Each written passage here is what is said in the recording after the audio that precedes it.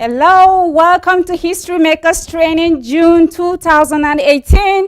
Welcome to the second, is it the second or the third? No, second day, yes, second section, right? Wow. Yeah, no, section 3, yeah, thank you. Welcome to section 3 of History Makers Training. My name is Babushia and we're about to start here. So let's put our hands together and welcome our guest. His name is Dr. Success. Woo!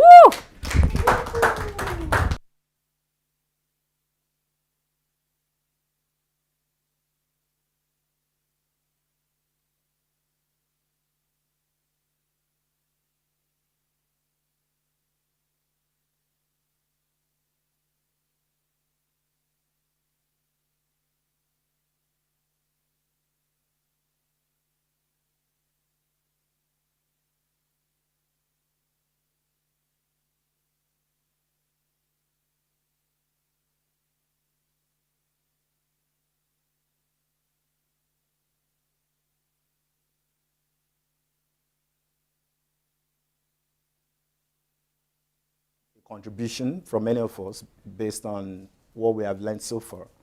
What do you think is the most striking thing for you, especially from this afternoon session where we left off? Does anybody want to share with us? What the most, please, I might have to stand sometimes. I guess being on this seat, maybe when I'm 51 like DSL, I need a seat like this. So who wants to share with us maybe something very striking from this afternoon session on worldview or this paganistic worldview, the balanced worldview, the Christian worldview?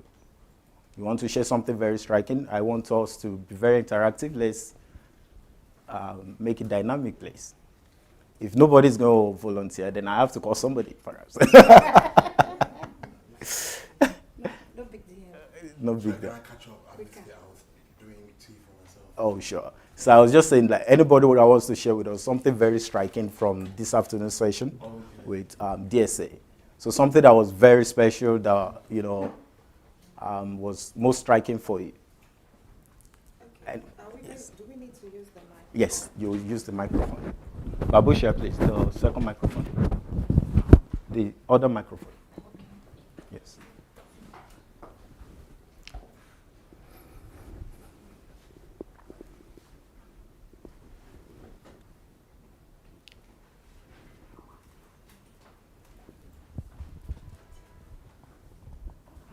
For me, what's really striking Yes. is that Africa would continue to remain a dark continent if the issue of the worldview is not changed. Okay. You know, and for me, that's a very scary thing. It's really serious because I live in Nigeria, and I don't intend to leave Nigeria.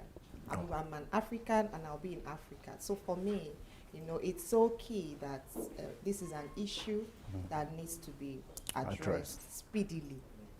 So thank you so much. So the state of Africa will always remain like that unless we change our worldview. And of course, right now we understand that the people who are set or who are going to change that worldview for Africa are the people that are seated here. I don't know if you understand. So yeah, so sometimes it's forced on a certain people in every generation. There's always a responsibility on a certain people in every generation to bear the burden of that generation. I don't know if you understand what I'm trying to say. So, like, for example, a lot of people, when you're listening to that teaching on worldview, changing the worldview, the mindset, and all that, you know, you'll probably be wondering that, how does that concern me? 1 billion people, 1.1 billion people in the whole of Africa. I'm just imagine one person in, you get. So, but you have to understand one thing, that it falls on you in this generation to bear the burden of your generation. Wow. So in every generation, there's always that set of people. There's always that category of people. It's not always, in fact, perhaps it's always the 0.0001% of every generation that have to bear the burden of that generation. So we are the chosen ones. And that is why you are here this afternoon. I don't know if I'm coming across. Am I making any minutes? So it is a burden. It is a responsibility. And this is why I want to appreciate you for yielding to this call, for responding to this call. Because we are not the first people to hear the call. There were a lot of people who had the call before us, but they didn't respond to it. But that you heard the call and that you have responded to it, that in my lifetime, look at the way DSS says it, look at that confidence. Look at that. It says it is an indictment for me to die and for Africa to be as it is. So I don't know what your own statement, I don't know if you feel like that. I don't know if you have had that same call, that same burden, that it is an indictment. It is an insult for me to die. And I must appreciate what Ms. Choma said, that I'm African and I'm not going to leave Africa. I'm going to be here because I'm a change maker. I'm a change agent. And that is what this old concept of HMT is all about. That we are the burden bearers. We bear the burden. We bear the weight of our generation on our shoulders. And we go back wherever we are located, wherever we are, to carry the burden of the people, to be change agents, to carry whatever country. So when you enter into a country or you enter into a location, you understand that the weight and the responsibility and the government of this nation is upon where? Yeah. Is on my shoulders. Many people will want to shy away from it. So this afternoon, this seminar we're going to have this afternoon is just going to be based on it. What is it that you can do to create that lasting change, to create that lasting, to be an influence maker in your society? You know, wherever you are, wherever you're located, it doesn't matter. Either it is in a school, in a family, in a government, wherever it is, we've discovered that it doesn't matter. Once we have the keys, once we have the secret, at any level, any of us can create a lasting change. So is it going to be interesting? You know, the Bible says that blessed are your ears because they do what? They hear these things. Blessed are your eyes because they do what? They see these things. So we are the blessed ones. We are the chosen ones. And we are the ones that respond to this call of God. So this afternoon, we want to look at something that is going to be very, very critical, that is going to help us a lot. Let us go to the slides and see what we're going to learn this afternoon. So this afternoon, we want to learn the science of creativity through the heart of questioning. The science of creativity through the heart of questioning. If you are going to be a change maker, if you are going to influence your nation, if you are going to be an influence maker, if you are going to change whatever thing that you are set out to change, you must learn the science of creativity. Because with creativity, you can change everything. And how does creativity come? It comes through what? The heart of questioning. So with everything that we have learning, from the worldview, what is it that I can do? With the worldview that has changed, with your different understanding of life, you should begin to bet forth creativity. You should begin to bet forth ideas. You should begin, what is it that will make a man write more than 300 books and says, I'm set out to write more than 1,000 books in my lifetime? And every single day, have you noticed that every attempt is always different? There's always something new. And every time there's always talking, I'm always trying to calculate in my mind. When is did that? Okay, we are going to get to a point and it will be like, I've finished, I've exhausted everything. Now let us go back to last year's message, or the one we did 10 years ago. And there's always something new. And the art of betting something new every day is called what? Creativity. That every book is always different. That every song is always different. That every message is always different. Every impact is always different. Every discussion is always different. It's through this art and science of creativity. Please don't be so bothered about the whole concept of science, art, and I hope we are not scared about, science, art, and all this stuff. It's just simple things. We just want to study about these things. That is what it means. Do we get it? So can we begin? Or anybody wants to share an impression of this topic? Anybody? It's going to be very interesting and hot this afternoon. You want to share something? No, I just say, just to buttress what she said. Okay, initially. okay. Please, the microphone.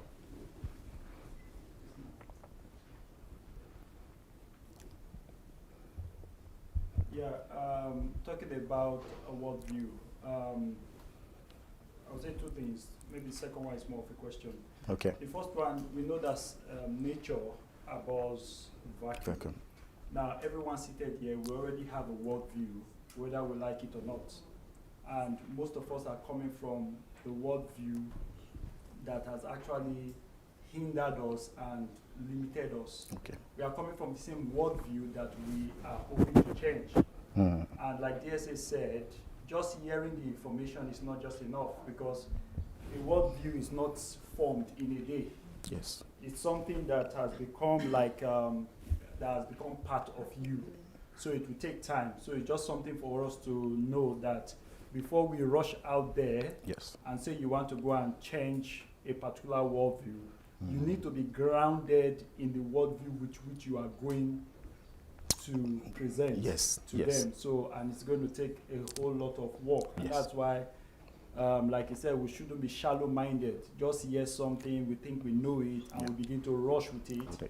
And only for us to hit an obstacle and questions begin to come and you begin to wobble. You can't even back your own worldview with actual facts Yes. and evidences. Yes. Then the second one is just like more of a question, because we've heard that the problem of Africa, the problem of Nigeria Yes. is the value system. Yes. And today we are hearing that the root cause is the worldview. So I want to ask, is it like, which comes first? Is it the value system that forms the worldview? Okay. Or is it the worldview that forms the forms the value value system? systems.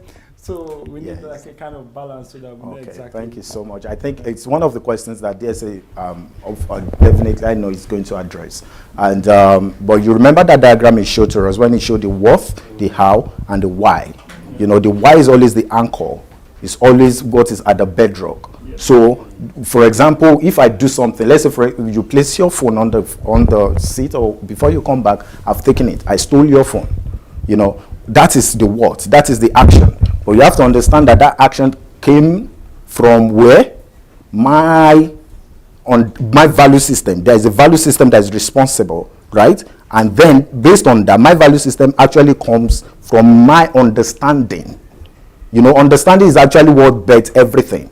So your understanding of life is why you respond, is why you do what you do, is what, you know, is your concept of good and bad. Let me just put it that way. So you understand this is why this is good and this is why this is bad. This is why I should do this and this is why I shouldn't do it. So that's my understanding of that. So, and carefully we look at it also, we understand that everything is interwoven. Because your understanding of life will bet forth your principles, your philosophy. There's always says one thing. We're going to probably look at it also. That everything about your life is just the philosophy that you have believed. That is your deep-seated philosophy. So if you have superstitions in your mind, everything about your life, the product of your life is always going to be like that. And if you believe in the principle of cause and effect, then you know that everything is like that. For example, when we talk about creativity, some people believe that they can never be creative. You know, they believe that creativity, that geniuses are born, you know, and that they are never going to be another Thomas Edison or the Isaac Newtons, and, you know, those are super genius guys. But we are going to realize this afternoon that in every one of us is an Isaac Newton, is a Thomas Edison. Every one of us is born with immeasurable amounts of creativity. How do you measure the creativity in a fish that is in a jar of water in the pool? How do you measure that? Can you limit the creativity? I don't know if you understand what I'm saying. It's limitless, isn't it? That is the same way every one of us was created. Every one of us was created and we were born to be creative. There's nobody on earth, no matter where you were born, how you were born, in what place you were born, in what family you were born, in what country you were born, every one of us was born with unlimited amount of creativity. If this is one of the greatest things you're going to take away from this seminar, please know that every one of us, I've always heard people say, oh, I don't like mathematics has always been my problem, or physics has always been my problem, oh, I just don't like I don't like example. Give me examples of what you don't like. History. I don't like dates. I don't like numbers. Those are just self-confessed limitations. I don't know if you understand. They are just self-confessed limitations. You know, they are just the things that, you know, you have believed, and those are the things you have imposed those things on your own self. Do you get? So if you are not creative with numbers, then that means you have unlimited creativity perhaps with letters, or perhaps with, you know, some other things. I don't know if you get it. So we've not even gotten to the heart of the message. let's start already. So is this working, please? Yeah. Okay. Oh, thank you. So I hope I don't destroy it. Okay, thank you. I don't have to. Is on? Oh.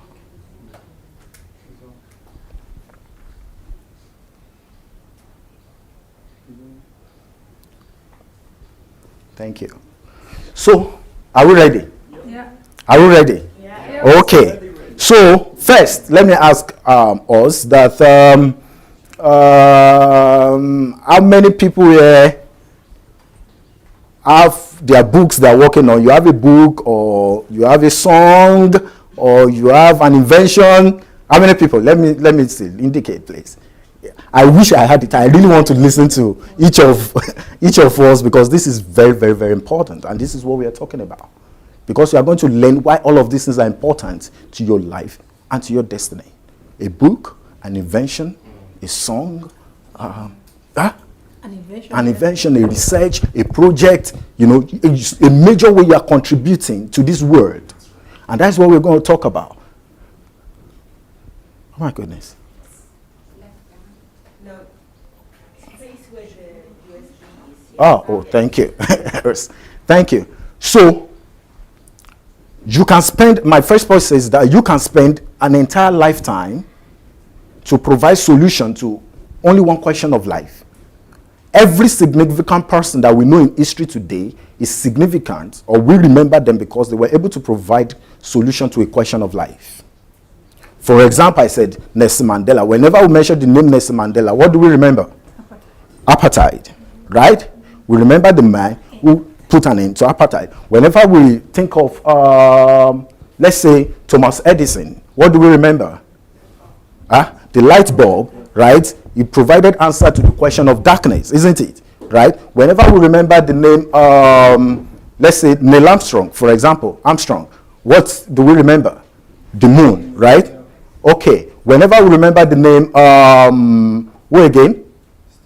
Steve Jobs. What do we remember? The Apple, right? iPad, right?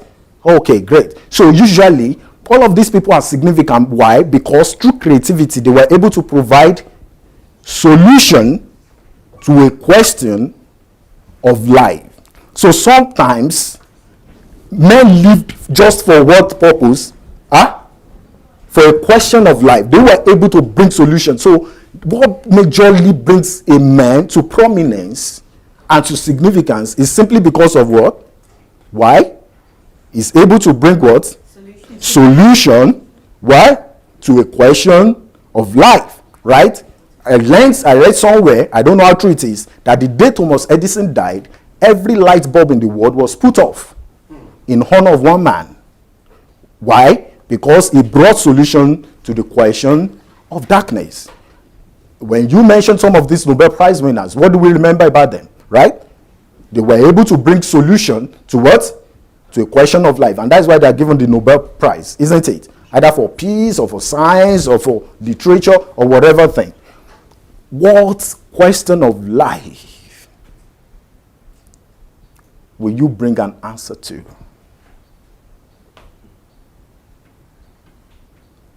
And I'm going to tell you why it is very, very important for every one of us to bring answers to a question of life.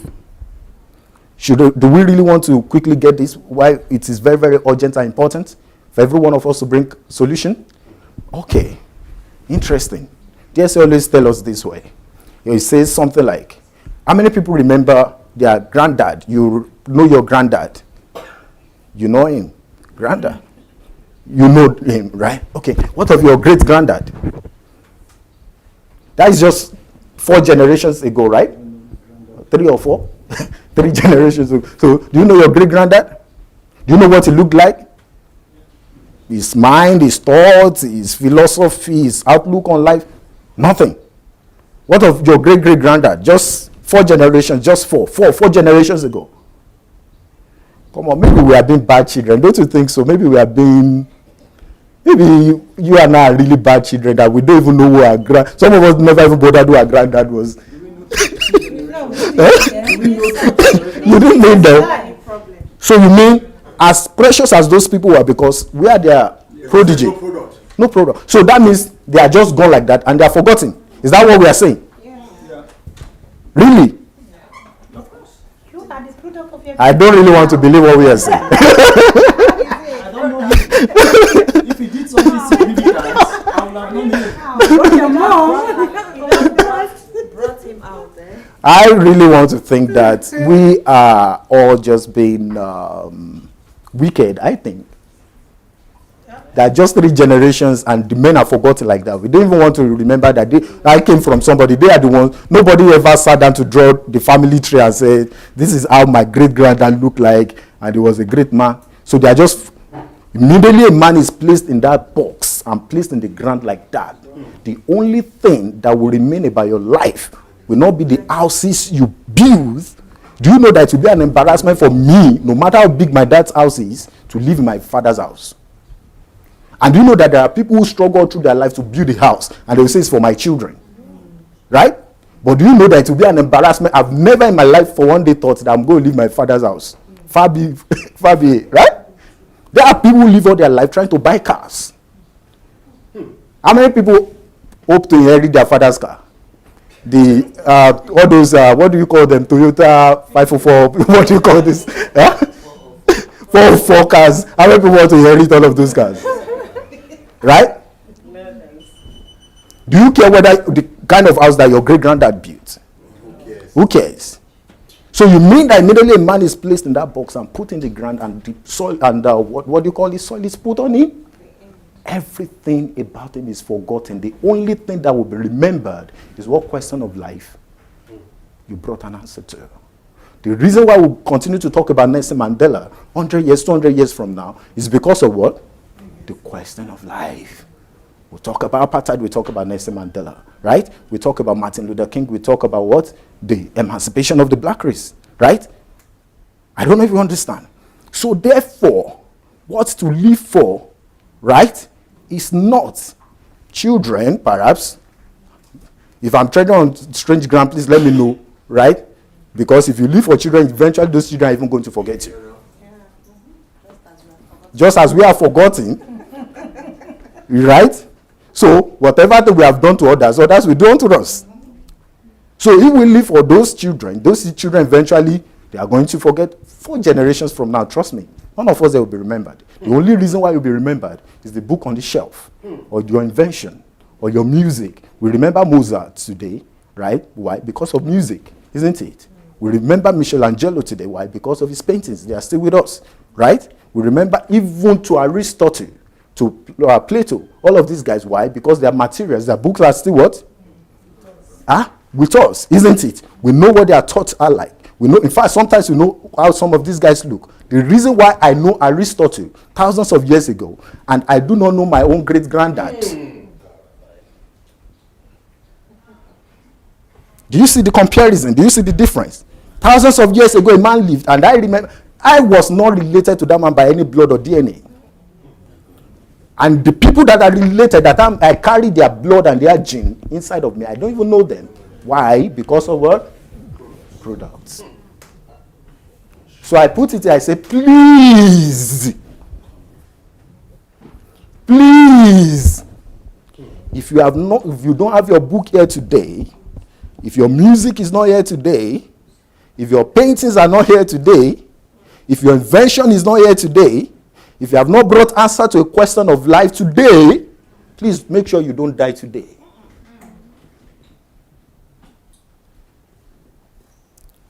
Obviously, we know why.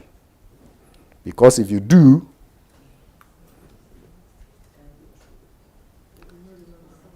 we don't even need up to 80 years. We don't even need up to 50 years. We'll forget everything. After the service of songs, people will go home and go and eat.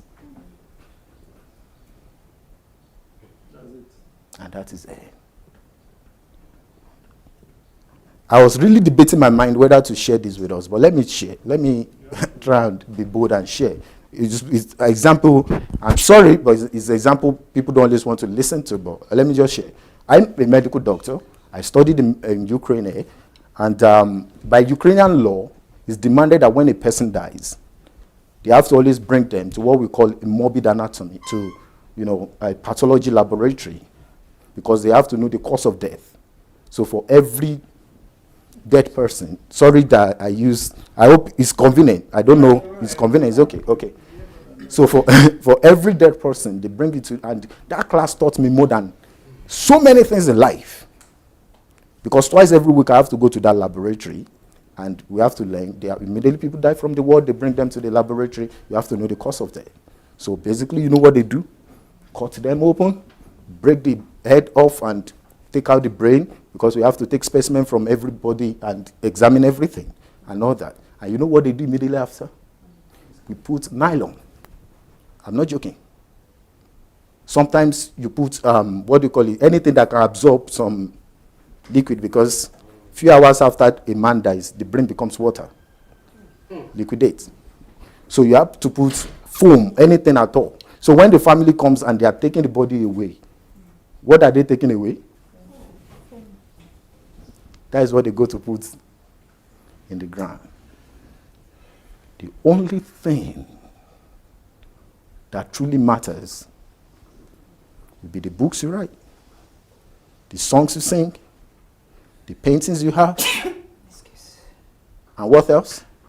Your inventions, the answers you bring to the questions of life through your creativity. That will be, The lives you touched. the life that you have touched. Amen. That will be all that matters. That will be all that matters. So have we gained anything from this introduction? Yes. The great Isaac Newton, as we know him, he wasn't even married. President Buchanan of the United States, he was not even married. Nikola Tesla, he was not even married. Florence Nightingale, Mary Slessor. Do you know that there are people, a woman will even boldly declare that what I live for is for my what? Children. It's for my children, or it's for my husband. Yeah. My ministry is my mandate is my husband, is mine. Do you see how far away from truth, how useless such a statement could be, such a mindset could be? Do you see how trivial everything will be? I don't know. Maybe we have one or two reactions from this before going. What do you think? Somebody wants to share with us? Okay, please. Please, let's share.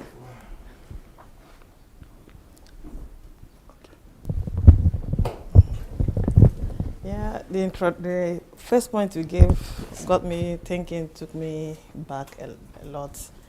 I believe many years ago, even as a young person, Yes. I've had this urge in me to change things. I was thinking a whole lot. Then the only prayer I was praying when I knew that God had put something in me, I was always cry, say, God, I'm the solution, the answer to the cry of many. I was just praying like that. I didn't know what was happening. Yes. I started a ministry that God took away from me, because I said to God, I don't just want to follow pattern. I don't want to see the same circle I am seeing. Yes. I've been in a church right from my university, came out, they took me, I became a church staff for a long time, I know. But I walked away boldly, even with a lot of things church can give to you as a staff. They give you car, pay your house allowance in Abuja and a whole lot of things. When they're about to bless me, that was when I walked away. People were telling me, you don't need to go out until you get a job. I said no, because I was crying. I thought I was frustrated to the point that I wanted to even end my life, because I didn't know where I was going. While in church, I was still frustrated. Yes. I still didn't get direction. So until I came to South Africa and the whole thing contributed. Something happened to me last year.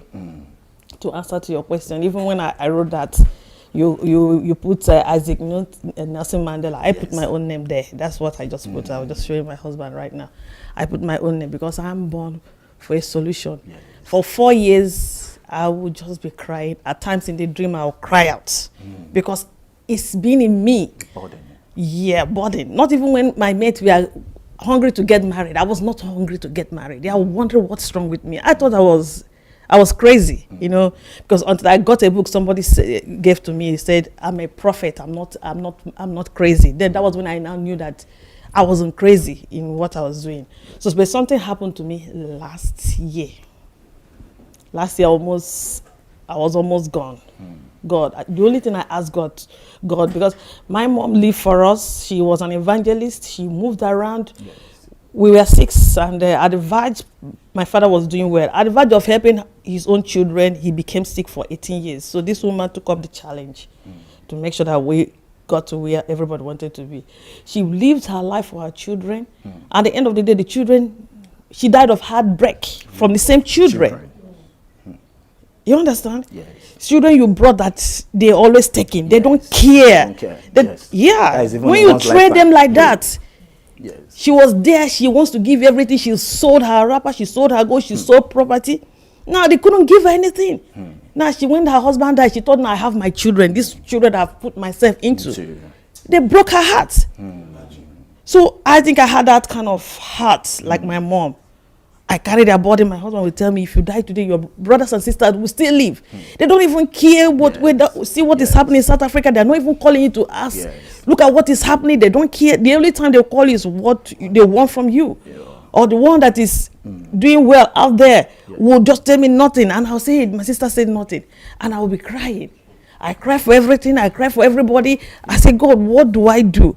The only thing last year when I realized myself that even if I die today, these people will still live on. Of course.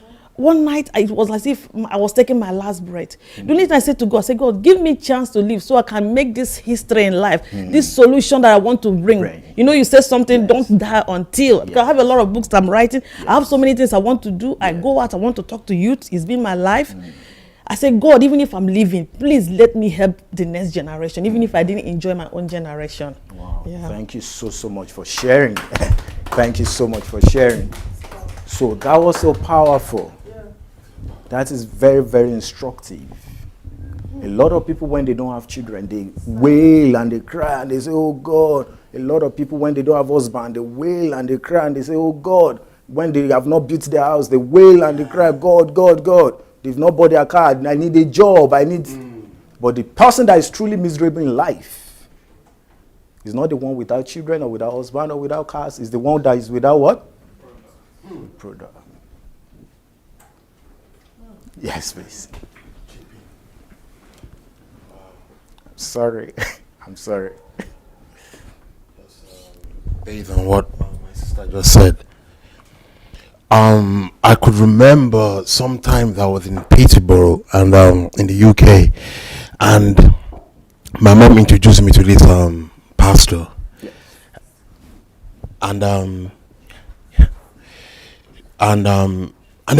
he asked me a question. He said, "What's your priority in life?" And just like my sister, I said, I need to fulfill purpose. It's burning in me. He said, you want to fulfill purpose? I said, yeah, that's my priority. Because I love writing, you know, and in dreams, people were celebrating me, and now you've written books and all that. And then this pastor said, that shouldn't be your priority. He said, how old are you? Well, I'm going to be 43 next month. He said, are you married? I said, no. He said, that's your priority.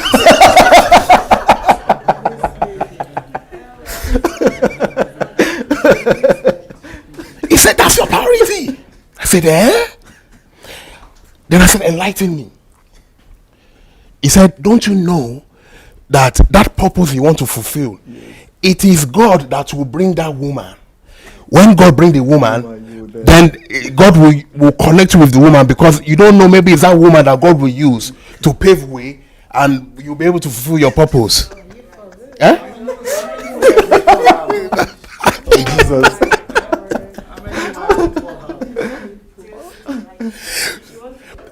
This guy messed up my Theology. my head.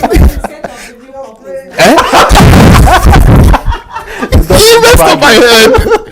So he put in my head. Yes. That's why we should be very careful of what we receive. I'm very careful. You know what this man put in my head? He put in my head now, which was never there, that without a woman, I won't be able to fulfill purpose. That's all that, and I've been battling with that to get that thing out of my head. So now I've been searching. Yes. Looking, okay, let's be looking for a woman now. Right? Yeah. But please, is it true though? Please, I need you to enlighten. All right. No, because he made me understand. Please, he made me understand that there's some people. Okay. They won't be able to. There's some men. Sorry, not some people. There's some men. Yes. They won't be able to fulfill purpose if they're not married. Really? He said on exceptional cases. Please, let's be open-minded about this Yes. and look into it critically. Okay. I hope we don't turn it to marriage seminar. Yeah, let's not be, because it's so simple. Just all you need to do is just gaze back at history and look at the number of people who fulfilled purpose who were not married. It answers the question. I know a lot of religious settings will tell you, when God created Adam, he gave Adam a purpose and brought a woman to assist Adam to do it. But even our Lord and Savior who came to fulfill purpose, how many wives did he have? Paul said it was better not to be married than to be married, and he fulfilled purpose. Well, let's forget the Bible now. Yeah, I'm talking of reality now. So these well-known people that we know that we're mentioning names. But you said, hold on, sorry. They are not married. But no, if you say forget Bible, it is the same Bible the pastor used to confuse your head. So let me use that same Bible to unconfuse you. Please, let me just chip in something. Let me just chip in something, and then so we can go for. There's only one reason. There's only one reason why marriage is significant, and that is if it amplifies your purpose. That is if it amplifies your purpose. Yes. If and only if. The marriage of many people became the burial ground of their assignment in life. It becomes, that is why, like Paul the Apostle said, that a person who is married is entangled with so many things, right? So, and so many people, the only reason why people should go into marriage is if you have been able to build your self-discipline to such a high level that you can fulfill without, despite all of you understand, so many things pulling at you, and you are big enough that will not tear you off. It will not wear you off. It can only amplify. There is a man in history that is called John Wesley. Many of us have read the story of John Wesley. John Wesley's wife, marriage almost became, in fact, a lot of people believe that he would have done, she became a thorn. In fact, we were told in history that this woman will intercept all the males because he was a very influential man of God. And so many people, including women, will write mails to him, and all that will write, letters in those days.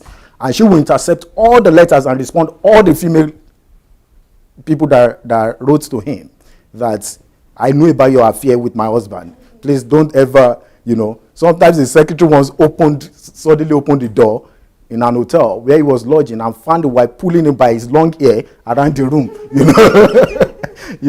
So confrontational, so bold that after he has finished sermon, she will climb the podium and say it's a lie. What he's saying, I know him, those kind of things. Except a man but he was, of course, a man of really great discipline. If you know his life, early to bed, early to rise, goes on long trips if you know his life, definitely that he's a man of high level of discipline. That is why he started Methodist, because everything to his life was methodical and all that. So it was that I thought, helped his life a little bit. He could have been perhaps maybe greater than what he was able to do. So basically, marriage should amplify.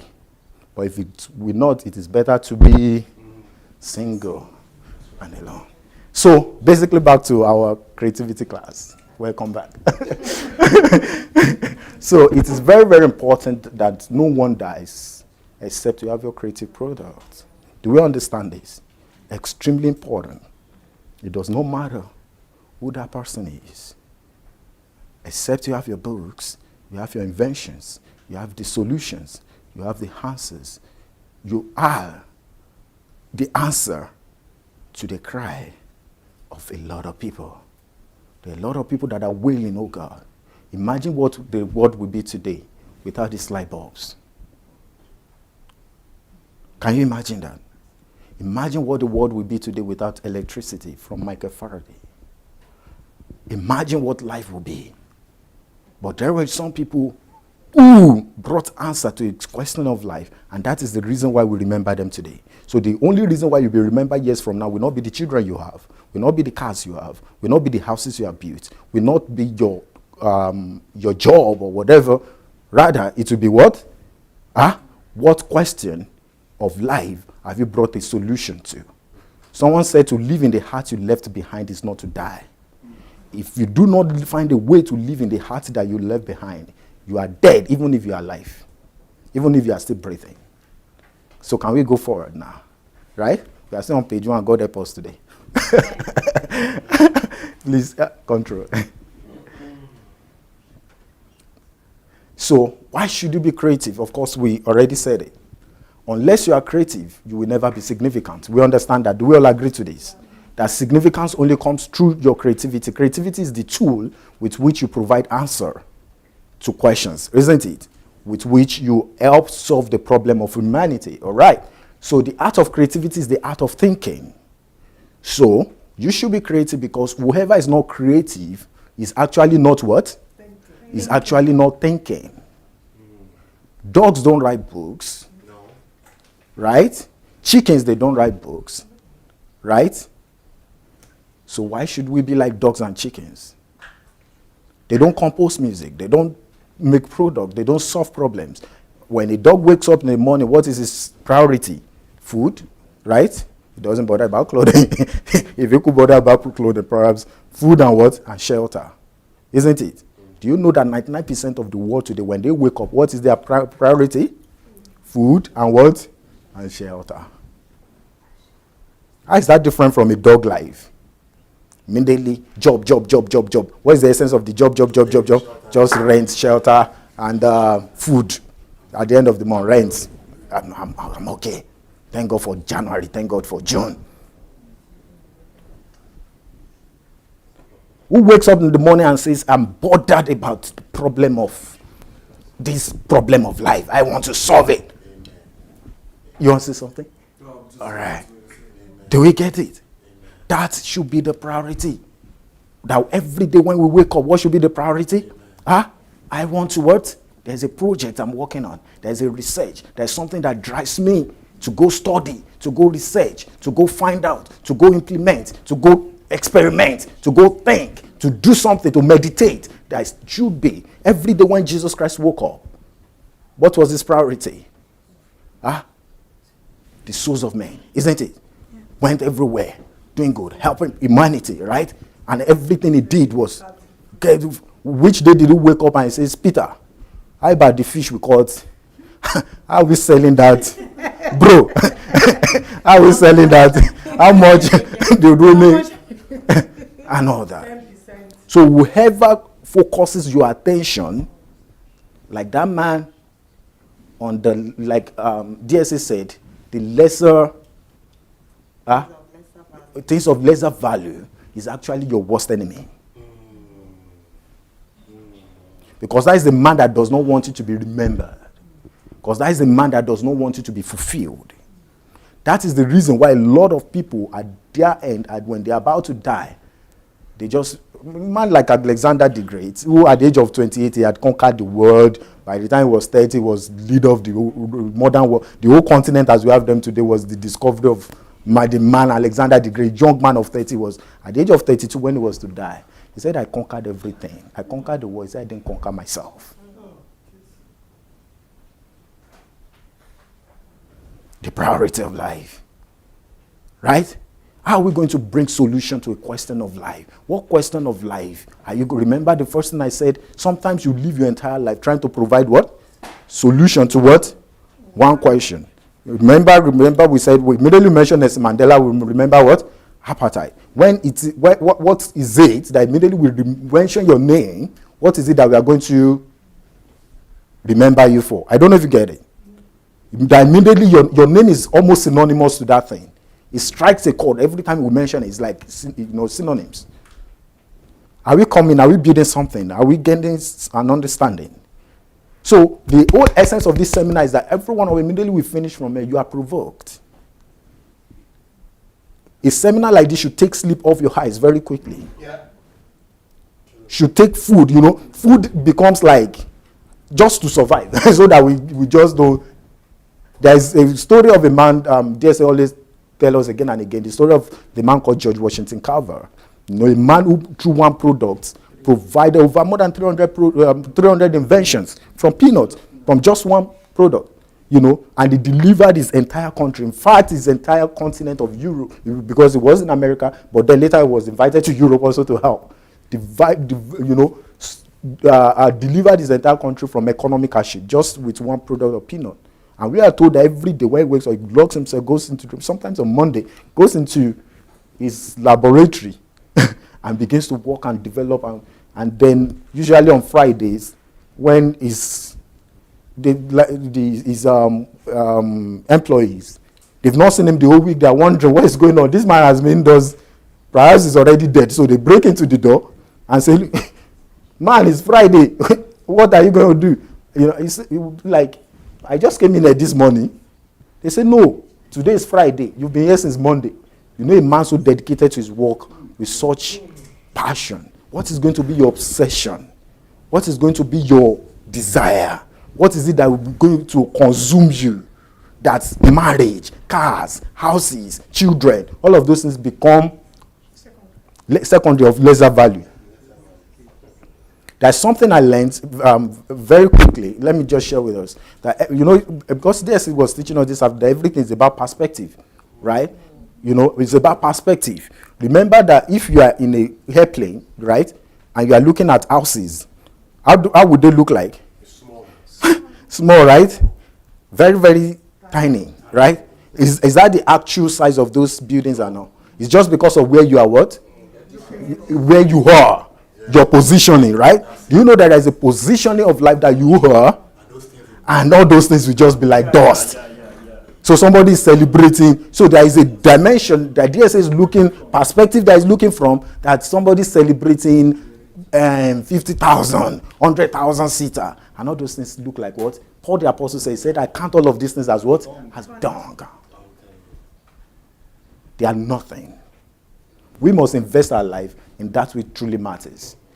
The heart of thinking is the heart of creativity. If a man is not creative, if a man is not actually having his product, the only conclusion we can come to is that what?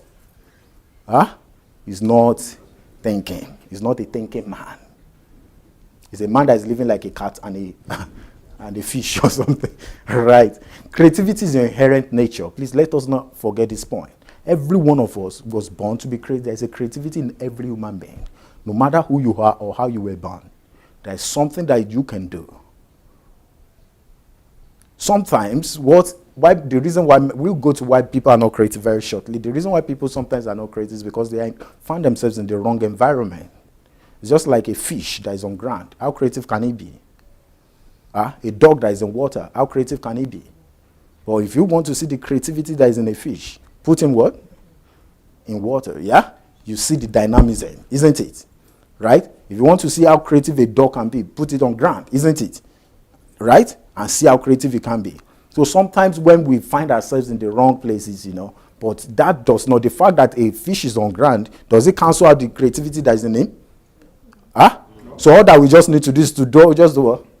Put it where it's supposed to be. What is killing many of us sometimes is just the environment, Find ourselves in the wrong church, the wrong teachings, and all those things, All you are just living for is for the next Sunday, the next convention, the next salary, the next job. Imagine the genius that is inside of you. Imagine what God has placed there. Imagine what you can do. Can you imagine a man like Henry Ford, the man who declared that, look, I'm going to put an engine, a car engine, in every family in the world. One man said that. He declared.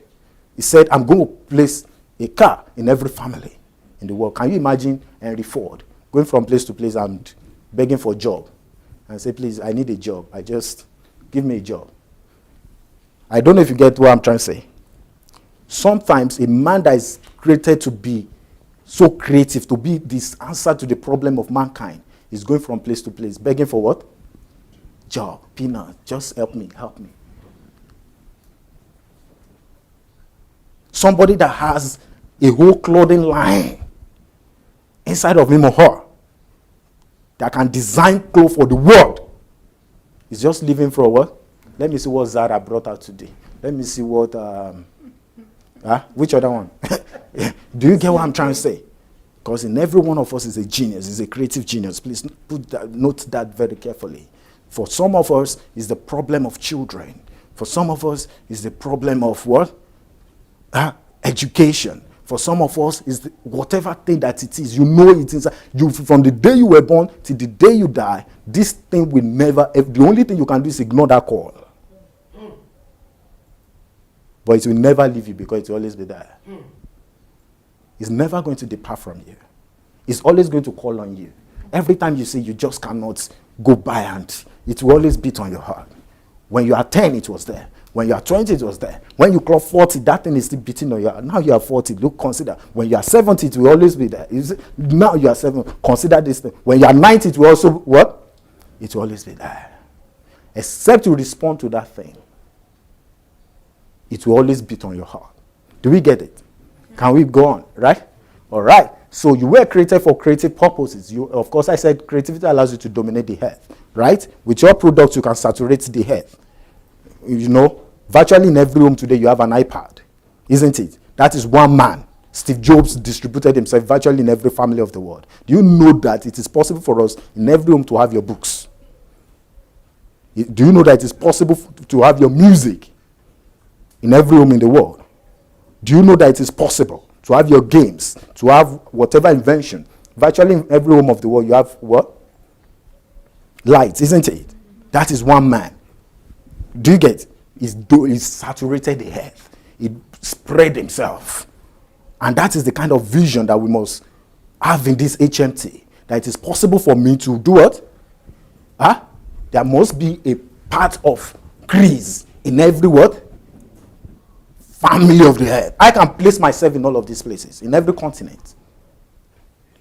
That is what your creativity can do. Do we believe it? Yeah.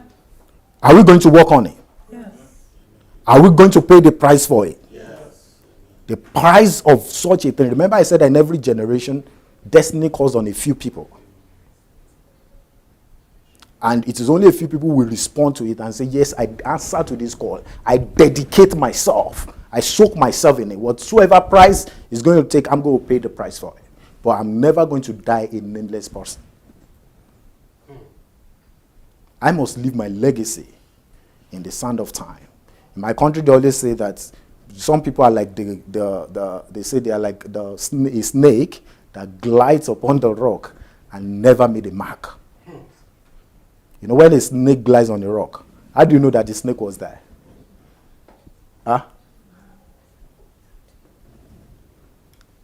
6 minutes.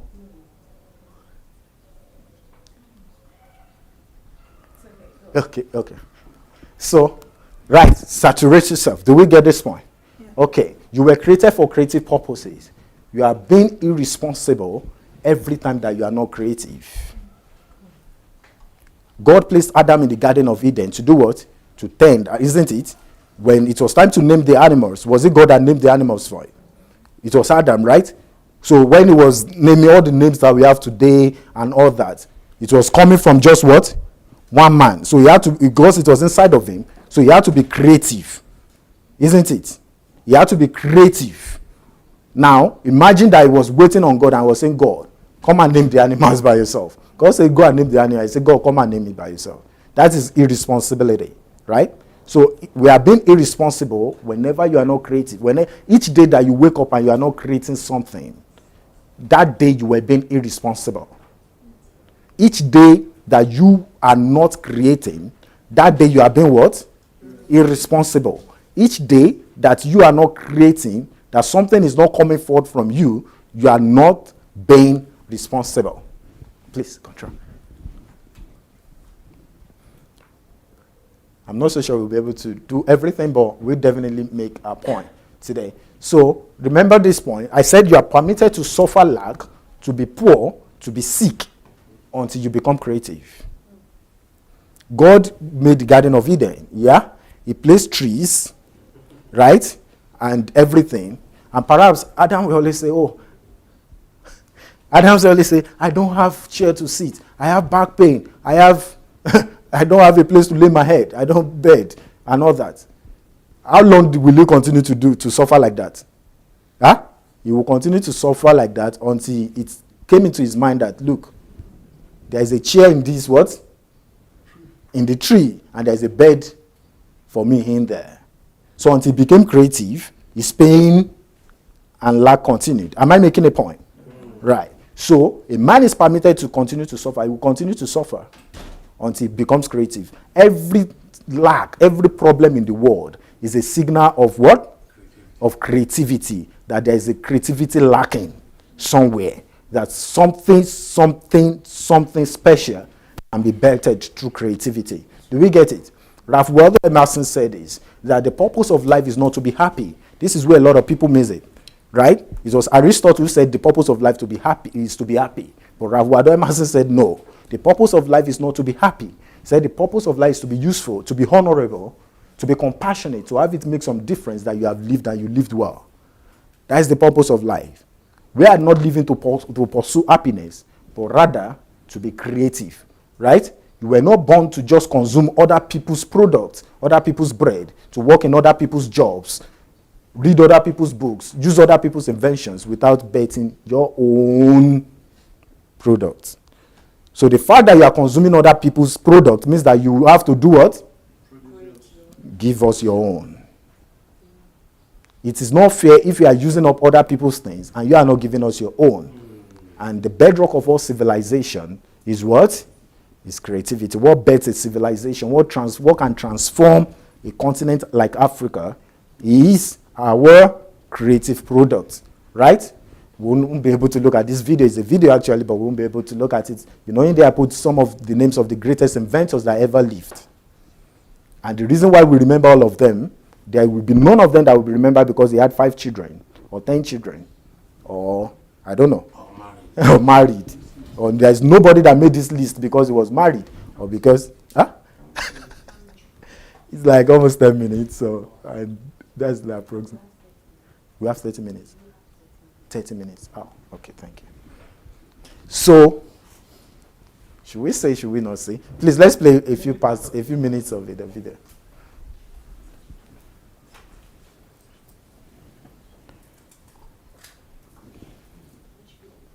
This is a video. Yeah. Probably it's going to take you to the link. Oh, I need to give you before? Oh, I'm sorry. Okay, no problem. Maybe I could send the link to us and then it could be sent to our emails. Okay. So, but let's continue. Let's just continue. So, these are the greatest inventors of all time. Some of the best names, you know, like Leonardo da Vinci and the rest of them. And some of these people, you know, it's not just about invention, because invention is diverse. You get everything, every day, you are being creative. Every day, you can do your own thing. You can give us that which has not been done before. And it does not take much. I hope we'll be able to get that so I can be able to share some of the tricks with us. Or now we can bet our own product. Why are people not creative? The number one reason why people are not creative is the belief system. Sometimes I have to work with people writing their books and things like that. And you know the greatest problem I ever had with people is trying to convince them that they have even a book inside of them that they can write, that you have authority enough to write. People will be like, no, it's only smart people who write. Who am I? I don't. The truth of the matter is, in every one of us today, there are books. There are things that you have to teach the world. I don't know if you understand. There's nothing that makes an author other than a pen and a paper. That's all that you need to be an author. Do we get it? It's not some big face or some big experience somewhere or some. It's the fact that you have an experience, no matter what it is, in an area of life, a solution. You have an idea. You know, you have a pain in an area of life. Whatever thing it is, everything can be converted into your invention. So first of all, you must correct the wrong belief that I'm not creative, I don't like maths, I'm not inventive, I don't like history, I don't know how to do this, I don't know how to do that, that is going to be the greatest, this is the greatest limiting factor for creativity, the belief. I don't know if we got this. Do we get this? Yeah? So are we going to correct our belief or not? Each of us must be able to correct the belief that you are creative, that you can do something, that you can bet something, that there is music in you if you have that creative wonder in you, that there are books in you if you have the writing ability in you, that if you're a speaker, there are speeches. A man in 1746 or so, or 17, of course, in that century, Jonathan Edwards, he gave a message, he preached a sermon. Almost 300 years to today, they are still listening to that message. That message is still affecting the world. A man in 1963, by name, what is his name, Martin Luther King, gave a speech, right? Till today, that speech is still affecting the world, isn't it? That there is a speech inside of you that several centuries from now, messages, sermons, books inside of you, that they will still be listening to several centuries from now.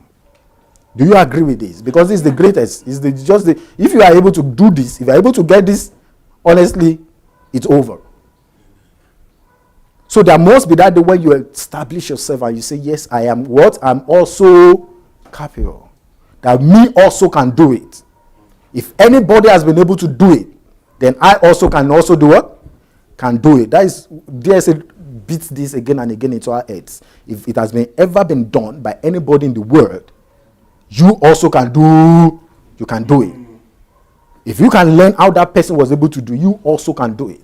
If you can learn how people started their own businesses, their own inventions, their own companies, you also can do it. Do we get this? All right. So that is one of the greatest problems. In fact, it's the greatest problem of creativity, because immediately your brain says you cannot, everything shuts down. But immediately your brain says you can, you begin to see possibilities in everything around you. This becomes creativity. This becomes source of creativity. Everything becomes source of creativity for you because your mind has been opened up. Do we get it? So the fear of failure is another reason why people are not creative. A lot of people just don't want to fail. What if I try and it doesn't work? I work with people, and you want to write your best-selling book with the first book, is never possible. Forget it. It's never possible. An average person is going to write like 15 books before you get one that people will even consider readable. And by the time you write 50, maybe they will consider one a bestseller. But the thing is, you have to keep doing what? Keep doing it. You know how many music Beethoven composed before one became... You want to know how many music Anders composed before he got the Hallelujah chorus? Right? A lot. Mozart, the rest of them like that. You have to keep what? Keep doing it. Then when one has become a seller, a bestseller, a hit, you know what people will do? They will now start ordering. Where have you been all the years? We have been looking for you. A lot of people say to DSA now, where have you been over these years? And what does DSA say to them? Where have we also been? I've been here over the years, doing it again and again and again and again and again and again and again. Do we get it? This is a big problem. Because if you are not ready to try again and again and again and again and again and again and again and again, you will never be a master. What makes a master is failure upon failure upon failure upon failure upon failure. Then after you have made thousands of failure, perhaps, they say you're a master. So it's probably like a master in failure, right? So it's probably like that. But what actually makes you a master is that you have multiple trials again and again. How many times did Thomas Edison try the light bulb before he succeeded? 29. Right?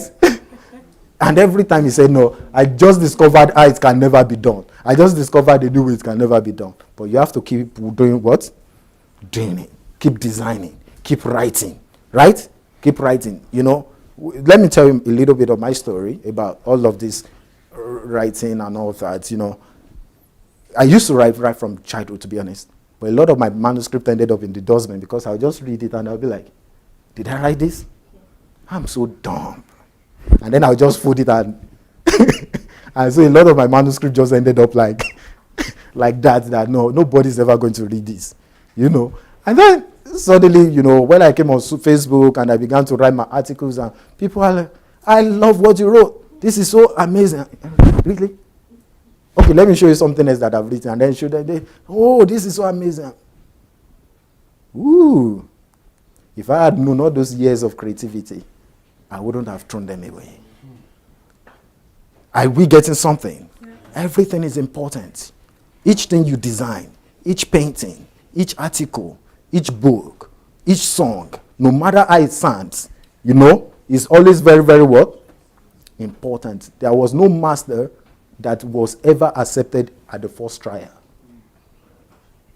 Every master had to go through moments of, how do you call it when somebody is not known? Rejection, and, you know, when you're in the dark, you know, for a long time.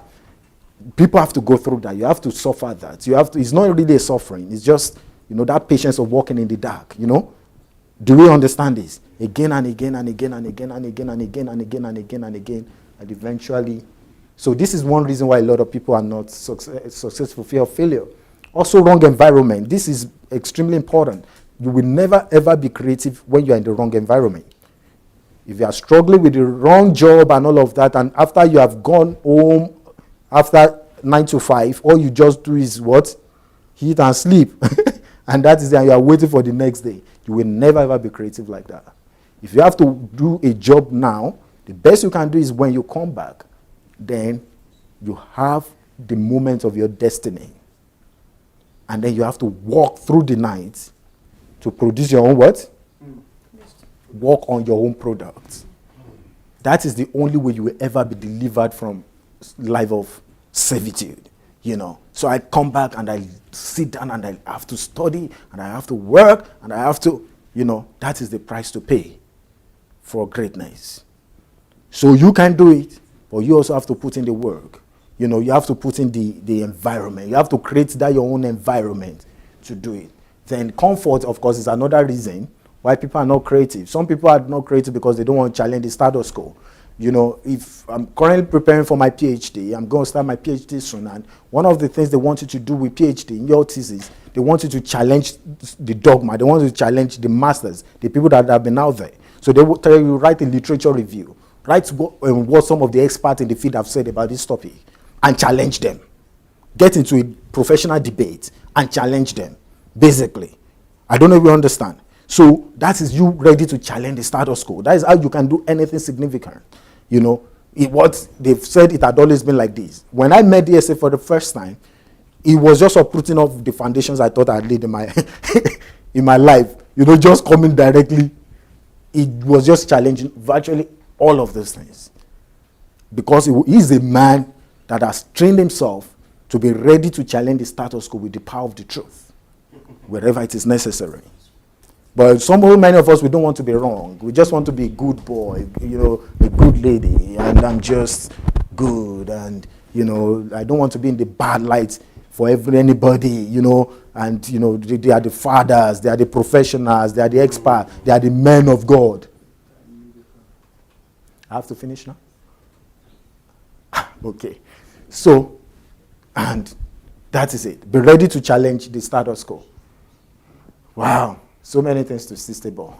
We can't really finish them. The lack of skill, lack of will. Muhammad Ali said that champions are not made in the gym. The champions are made from something they have inside of them. It could be a desire, a dream, or a vision. He said champions have to have the last minute stamina. He said champions, they have to be fast. They have to be faster than the rest. He said champions have to have a will and a skill. He said, but the will must always be greater than the skill. Your will must always be greater than your skill. Your will to invent, your will to write, your will to create must always what? Be greater than the skill that you have. You must always have the will, no matter what it is. I am going to do it. Once you come to that area of life where you are able to say, no matter what, I am going to, then you are going to create. So the will must always be greater than the skill. So I will also paraphrase that and say, creative people are not made in laboratories and in the libraries, really. Creative people are made from the dream, the desire, and the vision they have inside of them. Creative people have to have knowledge. Creative people have to be smart. But you know what? Creative people have to have, of course, will and skill. But creative people's will must always be greater than what? Than their skill. Your will must always be greater than your skill.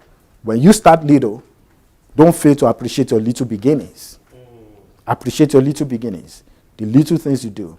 If this is a Facebook broadcast you are going to start with, and then you have 10 views, and then you have 15 views. I don't know how many views you started with, but I don't think it's all the views that you have now. How many views? Maybe 20. 20 views and all those things, because people don't want to start small. Everybody wants to start with 20-something thousand views. Impossible. That will never be done. Except you set yourself ablaze and you put it on Facebook, then people can log on and start watching. So many things we have to do, write and talk about. I may not be able to reach all of them. If you have to be creative, I say have the right belief. Meditation, I have to mention this and I'll close on this. Your meditation is very, very important. He has told us again and again, the secret of his life is his ability to cut away 1 week in every month, lock himself away and just be by himself. The meditation. I wrote in bracket, I said the myth about prayer. Most people think when they go to pray, it's all about shouting and screaming and screaming and screaming. No. Meditation is you going somewhere to focus on one thought for as long as possible. One problem. How is it that can be? You are trying to solve a problem. That is what prayer is about. You meditating again and again. How is it that I can solve this? That is what true prayer is. That was what Jesus Christ meant by prayer. When he went to the mountains, he meditated enough on the values and the principles of life. So when he came out, he could say, before Abraham, I was. You know what that meant? Because I have a thought that is greater than that of Abraham. My thought is deeper. You understand? Moses said this, but I say this. Why? Because it's coming from the place of meditation. Unless you are a person of meditation, you will write books that will never be read. That's right. You will compose music, nobody is going to hear them. You will write articles and nobody is going to read them. But your meditation will make your books worthwhile. DSS says, I want to write books 200 years after I'm gone, that these books will still be speaking. I want to do everything so good that years after I'm gone, these things, they will still continue to be. Very, very true. A man said, Martin Luther King also, he said it. He said, if a man is called to be a street sweeper, he must sweep the street so well as Michelangelo painted. He must sweep so well as Beethoven composed music and as Shakespeare wrote poetry. He said that you must sweep the street so well that all the hosts of heaven and earth will pause to say, here lived a great street sweeper who did his job so well. That's the man also said. He said, if you can't be a pine on the hill, he said, be a scrub in the valley. He said, but be the best scrub by the side of the hill. He says, be a bush if you can't be a tree. If you cannot be an highway, be a trail. If you can't be the sun, be a star. He says, be the best of whatever that you are. It is not by size that we win or lose. If you can't be a Sunday Adelaja, be who you are, but be the best of who you are. I don't know if you understand. Yeah. If you are going to bake the bread so well that whoever tastes that bread is going to say that in fact, the living, the dead, and the unborn will be able to say, never has bread been baked. So I hope we gain something today. Yeah? God help us. Thank you. Okay, let's put our hands together once again. I thank Dr. Success. Woo! Okay. Sorry, I have to cut the time because we are working with time. We're going to continue with DSA at 7 p.m. Ukraine time. So we have a few minutes to go to break, to take coffee, air, and we will be back at 7 p.m. sharp. So thank you for being with us, our friends on Facebook, and see you 7 p.m. Woo!